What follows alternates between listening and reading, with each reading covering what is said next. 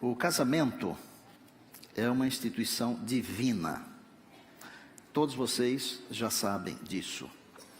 E essa instituição divina, ela tem a percepção, a ideia de ser permanente. Eu disse permanente, quer dizer para sempre. Porque de vez em quando ela não é para sempre?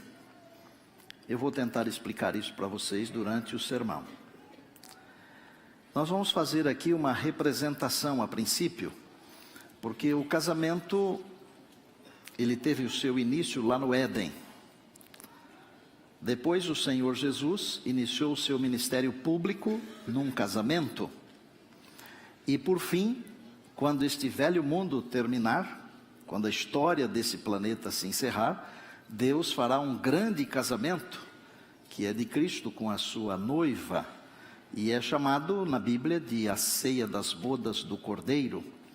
Então nós vamos receber com muito carinho, não precisam aplaudir, mas eles vão representar os casamentos do Éden, de Caná da Galileia e de hoje.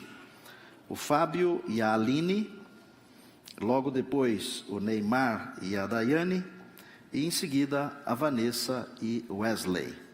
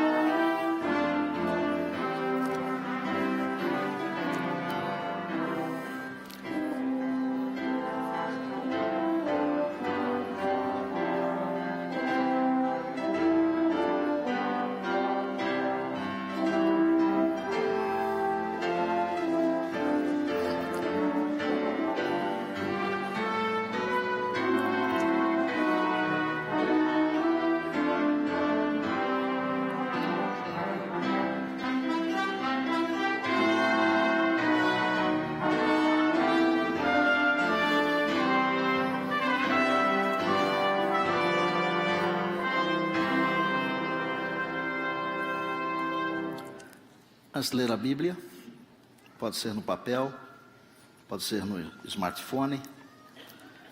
Em João capítulo 2, nós vamos ter uma prece, agradecendo a presença do nosso Deus aqui. Feche os seus olhos, por favor. Senhor, obrigado porque a história começou com um casamento. Obrigado porque o Senhor Jesus iniciou o seu ministério num outro casamento. E o fim da história deste mundo de pecado será um outro casamento. Nós pedimos que nesta hora, ao estudarmos o teu livro, tenhamos a bênção do Espírito Santo, Deus Espírito Santo, iluminando nossa mente, nosso coração, para que possamos entender não apenas o propósito de Deus para o casamento, senão também, e talvez especialmente, a nossa parte, para que o casamento seja cheio de bênçãos e de alegrias. Eu peço que a unção do Teu Espírito esteja aqui agora sobre todos nós.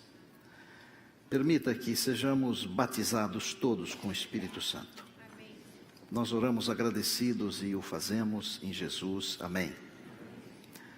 Aqui em João capítulo 2, está a história do momento quando o Senhor Jesus esteve num casamento em Caná da Galileia.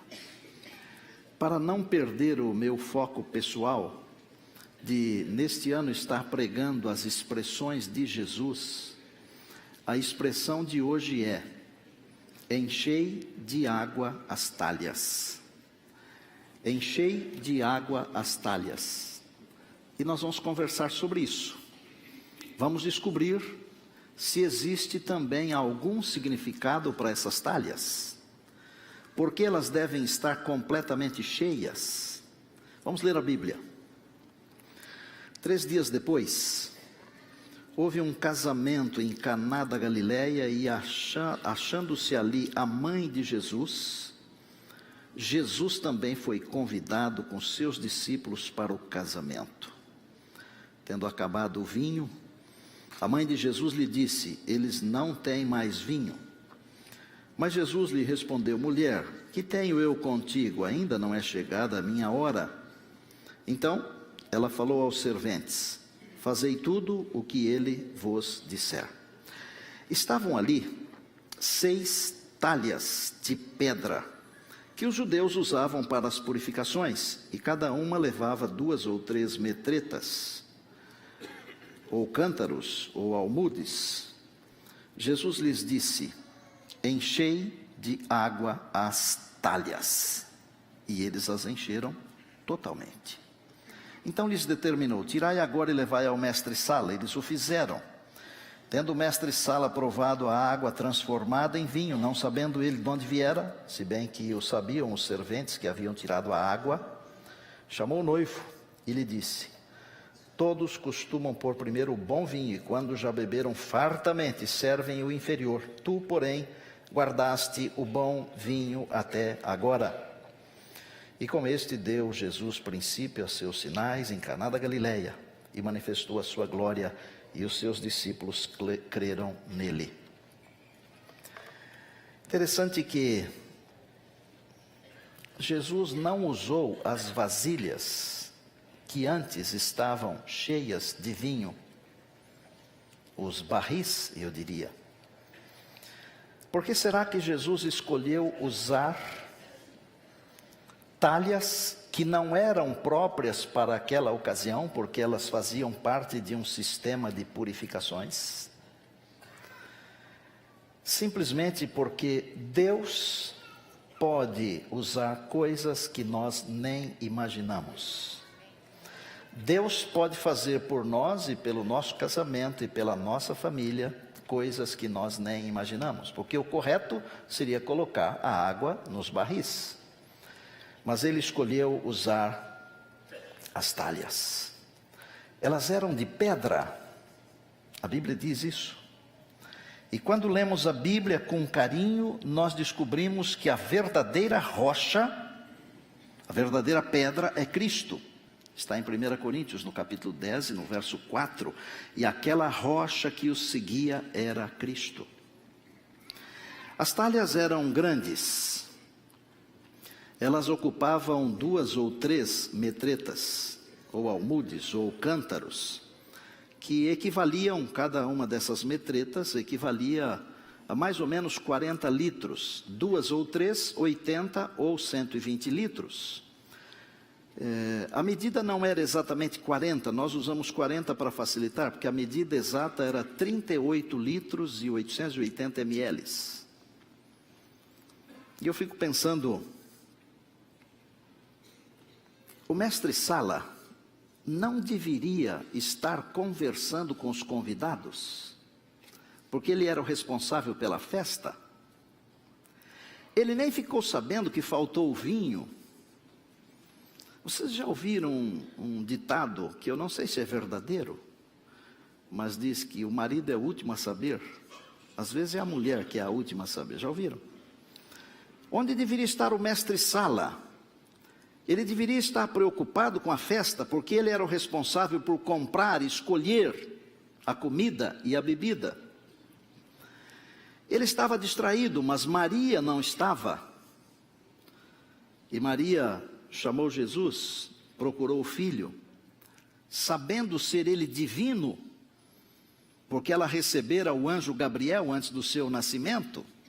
E Gabriel disse que o ente que de ti nascerá, será chamado Filho do Altíssimo. Às vezes nós não sabemos das coisas, E quase sempre por ignorância nossa, eu não estou xingando vocês. Eu estou dizendo que quase sempre nós não sabemos das coisas por ignorância nossa. Amados, há muita coisa por saber. E se nós soubéssemos, nós evitaríamos muitos dissabores. Mas eu fico pensando, por exemplo, na resposta que Jesus deu à sua mãe. Ele disse assim: mulher, que tenho eu contigo? Não foi uma expressão de desrespeito, era uma expressão comum nos seus dias. Mas aqui também existe uma dica para que evitemos toda e qualquer mariolatria. Ok? Ele disse: ainda não chegou a minha hora. Deus sabe qual é a hora. Eu, como marido, como esposo, como pai e avô, eu não sei muito bem qual é a hora, porque eu posso ser afoito, mas Deus sabe a hora. Entrega o teu caminho ao Senhor, diz o salmista, porque Ele sabe a hora. Ele sabe a hora. Eu quero valorizar uma coisa aqui dessa mulher fantástica, essa santa mulher, Maria. Quando eu digo santa mulher, eu digo em razão de que o anjo disse para ela: o Senhor é contigo.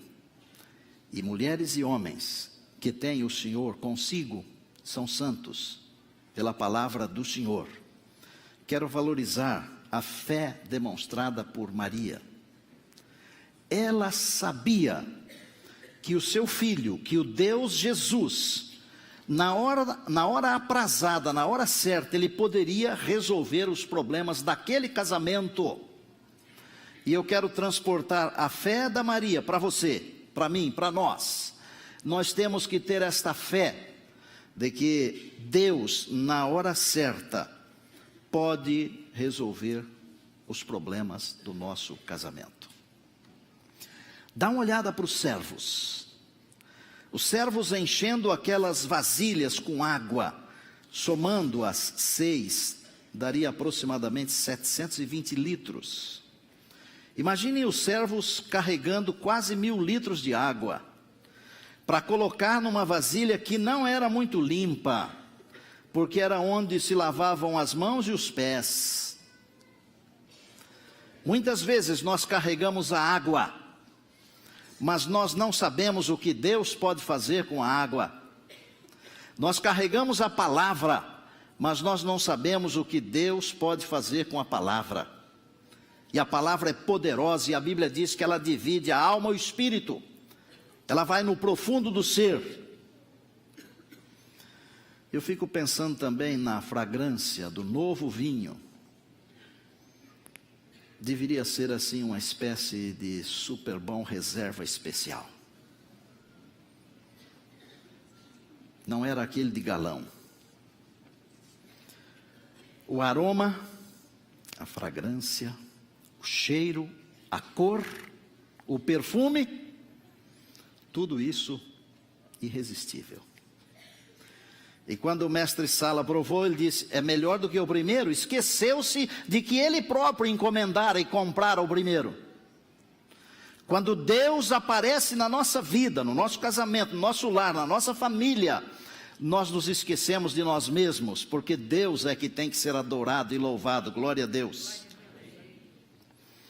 Apenas para conhecimento da cultura daquele tempo, era comum no começo da festa, que normalmente duravam 7 dias aproximadamente, servir o vinho melhor, mais fino, mais caro.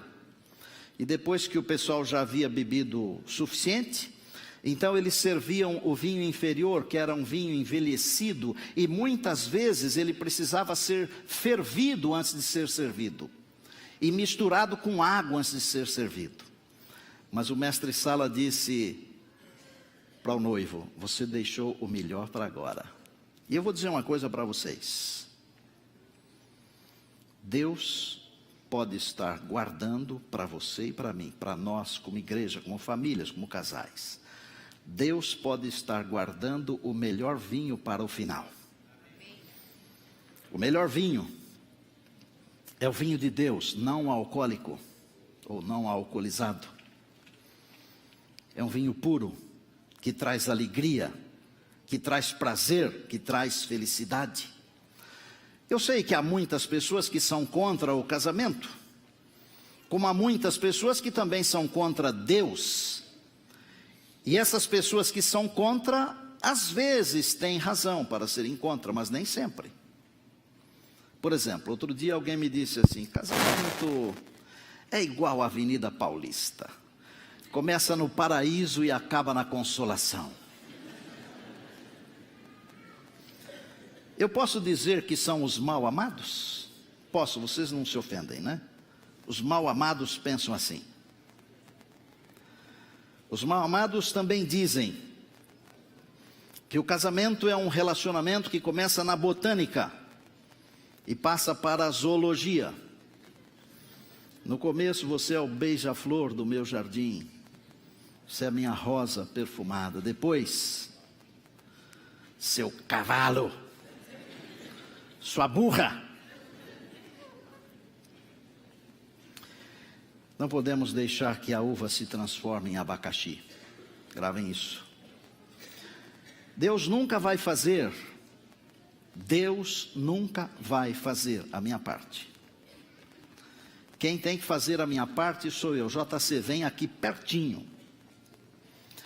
Deus nunca vai fazer a minha parte. Quem tem que fazer a minha parte sou eu. Se eu quero que Deus realize um milagre no meu casamento, na minha família, na minha vida, na minha igreja, eu tenho que fazer a minha parte. Olha o caso de Lázaro, por exemplo. Deus não poderia ter removido a pedra? Aquele que tem o poder de dar vida, ele pode remover qualquer rocha, mas Jesus falou: tirem a pedra. No caso desse casamento em Caná da Galileia, não precisaria ter água nas talhas. O Senhor Jesus poderia ter enchido aquelas talhas com vinho sem água ali. Mas ele disse aos serventes: enchei as talhas. É a minha parte. Encher as talhas significa a minha missão. Como ser humano, como homem, a missão da esposa, mulher como esposa, companheira. Mas o que significam essas 6 talhas? 6. Por que não 5? Por que não 7? 6 talhas. Só para vocês começarem a pensar. Lembra quando nós cantávamos um hino que dizia assim: 1, 2, 3, 4, 5, 6 para nós? Lembram disso? E o 7º é para Cristo. 6 é o número do homem. Em que dia foi criado o homem? Em que dia foi criada a mulher, o ser humano? Em que dia? 6º. É do homem, é do ser humano, é da mulher. A primeira talha representa o amor. Gente, casamento para durar e para ser eterno tem que ter amor eterno. A Bíblia nos ensina que o amor cobre uma multidão de pecados. 1 Pedro 4:8. Crie o hábito, ser marido, de dizer para a sua amada, todos os dias, várias vezes por dia: eu te amo. Crie esse hábito. Você, mulher, pode fazer isso também. E eu criei esse hábito. E às vezes eu já disse umas 4 vezes no dia e eu pergunto: Mária, eu já te disse hoje que eu te amo. Sabe o que ela fala? Não, mas essa mentira ela pode contar, para eu falar de novo, que eu te amo. Tá certo? Encher a talha do amor significa amar completamente, efusivamente, ardentemente, tempestivamente, incondicionalmente. Você acha que um marido que ama a esposa desse jeito, ele tem coragem de trair a esposa? É difícil, não é? Uma mulher que ama o marido desse jeito, tem coragem? É difícil, não é? A segunda talha representa a bondade. Tratar com bondade em todo o tempo desfaz qualquer pé de guerra. E, gente, o marido e a mulher, eles não são inimigos um do outro. Mas existe um inimigo que quer destruir os dois. Então, quando nós exercemos a bondade, as palavras amáveis, os gestos carinhosos, estas coisas fazem muito bem. E em Provérbios 15:1 a Bíblia diz assim: a palavra branda desvia o furor. A terceira talha é a talha da comunicação. A falta de comunicação cria feridas. E um dia estas feridas vão sangrar e vão doer. A melhor maneira de o cônjuge saber o que o outro está pensando é se comunicando. Tem que conversar, tem que estar juntos. Tem que saber o que sua parceira quer, espera, deseja. O que seu parceiro quer, espera, deseja.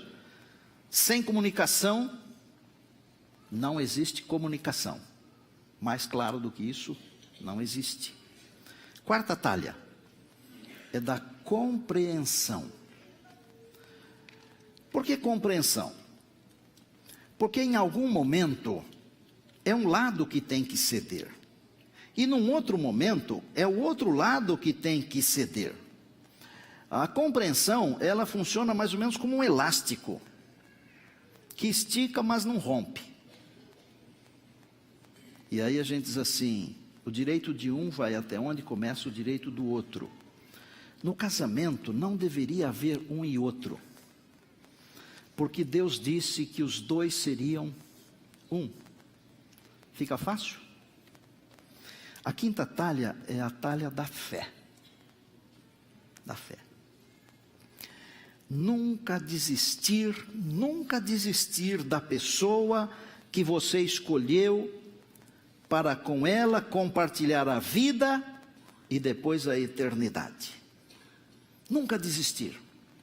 Os heróis da fé que estão registrados aqui em Hebreus 11, eles tiveram obstáculos, enfrentaram muitos obstáculos, mas eles nunca desistiram. Nunca desistiram. E a Bíblia diz que a fé é o firme fundamento das coisas que se esperam. Não está do jeito que você quer agora, mas tenha fé, espere. Espere. O melhor vinho é no final. E a sexta e última talha é a talha do perdão. Símbolo de liberdade. Perdoar é oferecer a liberdade vivendo a liberdade. Porque quem não perdoa é prisioneiro. O perdão deve ser mútuo e refletir o perdão de Deus, que em Cristo nos perdoou. Colossenses 3:13. Amor, bondade, compreensão, comunicação, fé e perdão. Mas as talhas têm que estar cheias, até o top. E para que tudo isso aconteça, para que as talhas estejam cheias, nós temos que fazer uma coisa. Nós temos que convidar o Senhor Jesus para o nosso casamento. Porque se Ele estiver no nosso casamento, ainda que falte o vinho, Ele realizará um milagre. Jesus é o farol. Só Ele, ninguém mais, pode iluminar uma estrada desconhecida. Dia desse eu estava pensando que numa vida de casados de 50 anos, por exemplo, alguns aqui têm mais do que isso, 60 anos, se Deus permite que os dois vivam, passam por experiências incríveis, algumas nunca sonhadas, e algumas provações jamais imaginadas.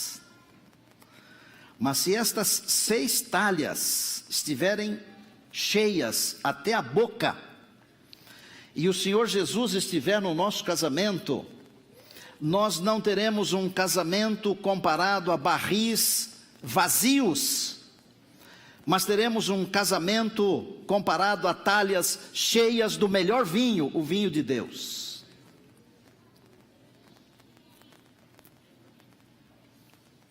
Oberê, você poderia me ajudar? Vem aqui.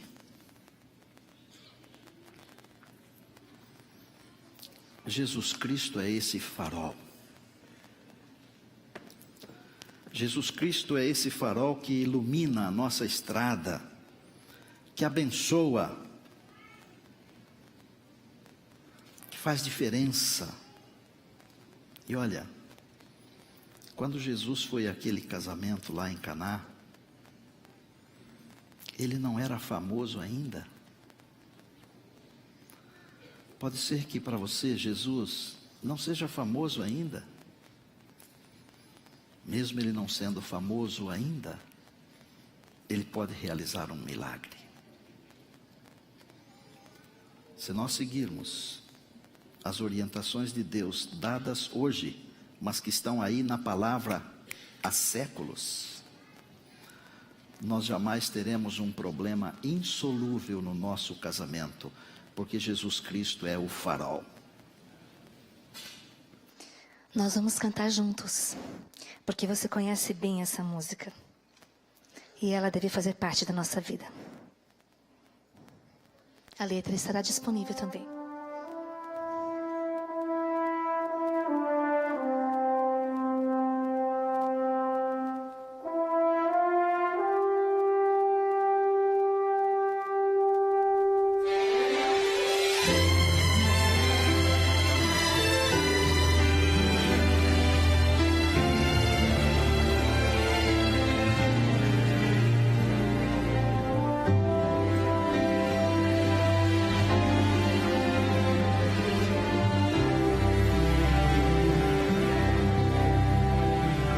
Sobre um monte junto a branca. Cante comigo. Existe um farol nas tormentas desta vida. Para mim é como um sol. Sua luz com segurança mostra o rumo para o lar. Não preciso ter temor, vou nele confiar. Este farol é meu Cristo, foi Ele quem livrou o meu barco dos rochedos, a salvo me guiou. Se não fosse a luz brilhando para que eu pudesse ver, onde estaria agora este pobre ser?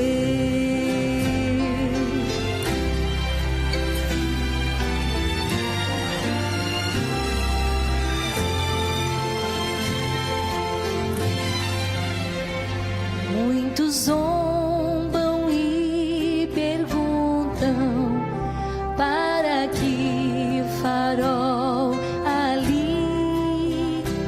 Mas sem ele o que faria? Sem saber o caminho aqui. Então me lembro aquela noite, quando quase a naufragar, justo a tempo vi seu brilho e pude me salvar. Este farol é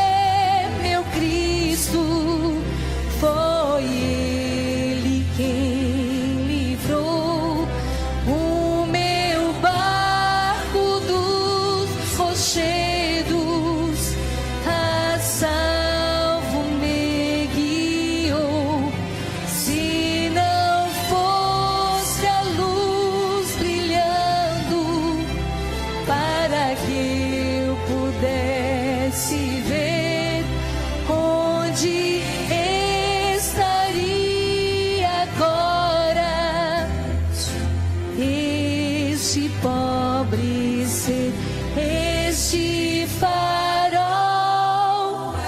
Cante ao Senhor, é Ele que é o nosso farol. Se você estiver vivendo uma tormenta, não encontra saída, parece que está afundando, olhe para o farol. Cristo Jesus pode nos livrar desses rochedos. Ele cuida de nós. E quando olhamos para Ele, podemos ir rumo seguro, ao porto seguro. Estaremos seguros nos braços de Jesus. Confie no Senhor. Entregue teu caminho ao Senhor. Confia nele e o mais Ele fará. Agora, este pobre ser, onde estaria agora? Este pobre ser.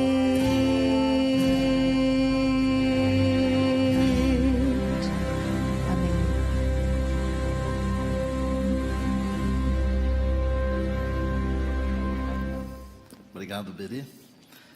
Vou pedir que os formandos, casais formandos, fiquem em pé, por favor. Os casais que representam os 3 casamentos também. E vou convidar os padrinhos para que venham aqui perto de nós.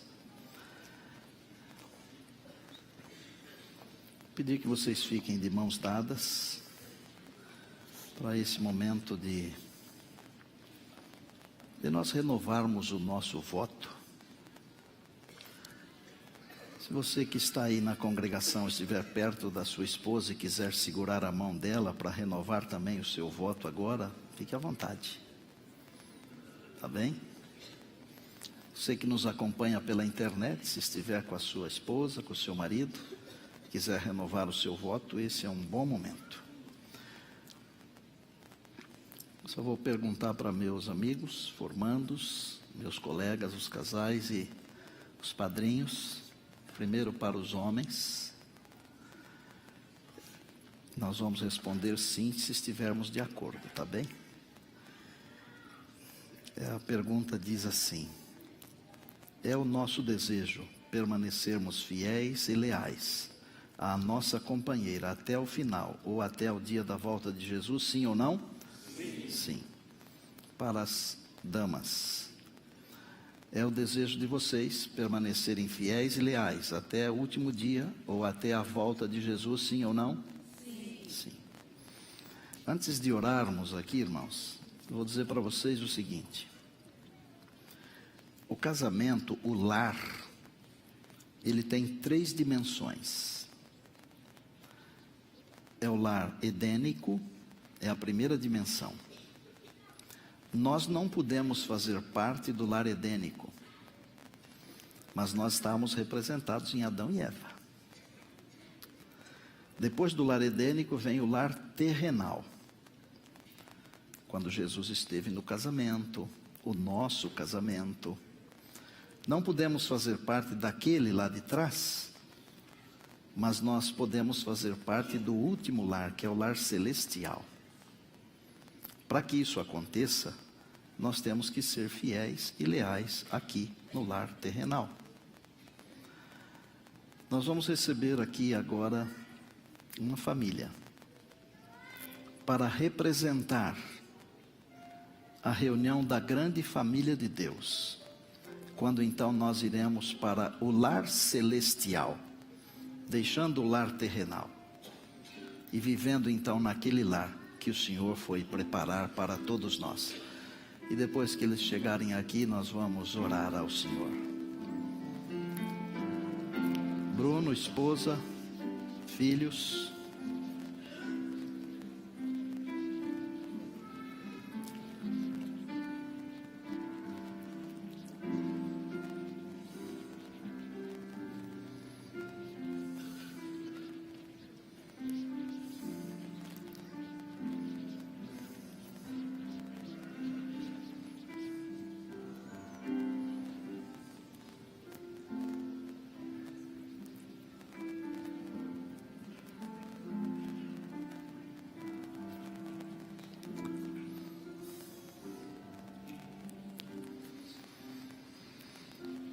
Você quer fazer parte do lar celestial?